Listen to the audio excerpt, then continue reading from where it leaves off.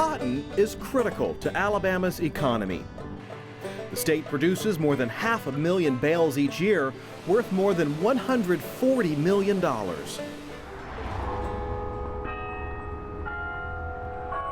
And Alabama's Auburn University lays claim to part of cotton's success.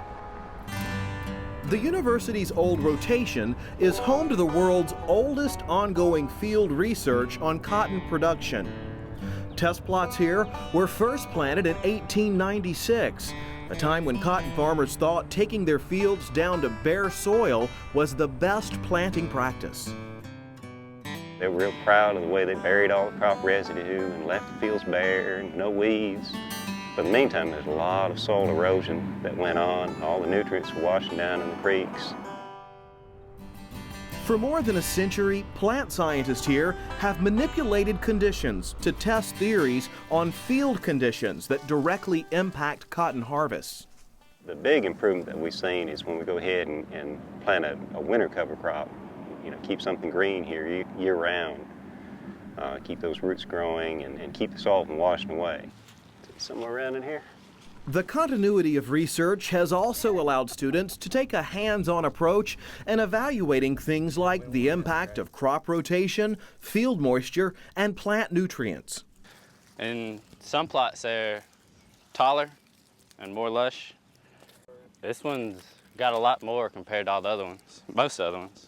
On this late summer morning, student Stephen Tapley and his colleagues are evaluating planting procedures that affect crop yields. It's a unique connection to the roots of the past.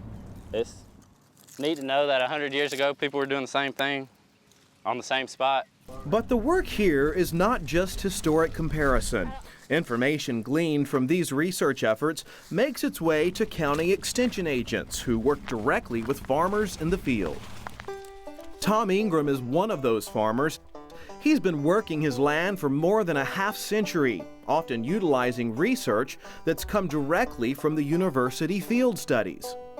We used to make, early days when I started, maybe a bale to acre. Today we make 2 to 2.5 bales, so that's double. And Tom hopes the lessons found in the soil at the old rotation will leave his land in better shape for future generations.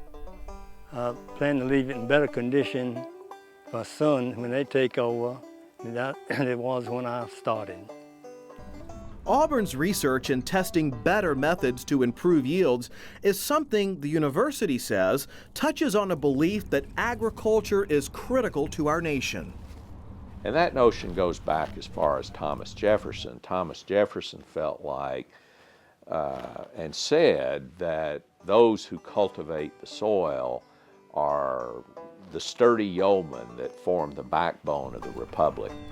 As the research here continues, scientists approach their work with a respect for the past and an eye to the future.